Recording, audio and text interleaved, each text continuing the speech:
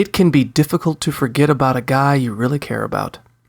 But with a lot of time, patience, and self-love, you can do it. Everyone deals with grief at their own pace, so give yourself some time to process your feelings. When you find yourself thinking about the guy, try to focus on the reasons why things didn't work out between you. Think about his bad qualities, or the ways that the two of you were incompatible. This will help you put what happened in perspective. While you're healing, avoid contacting the guy or checking up on his social media accounts. Put away or get rid of any sentimental items that remind you of him. Focus on taking care of yourself, doing things you enjoy on your own or with friends, and spending time with supportive people.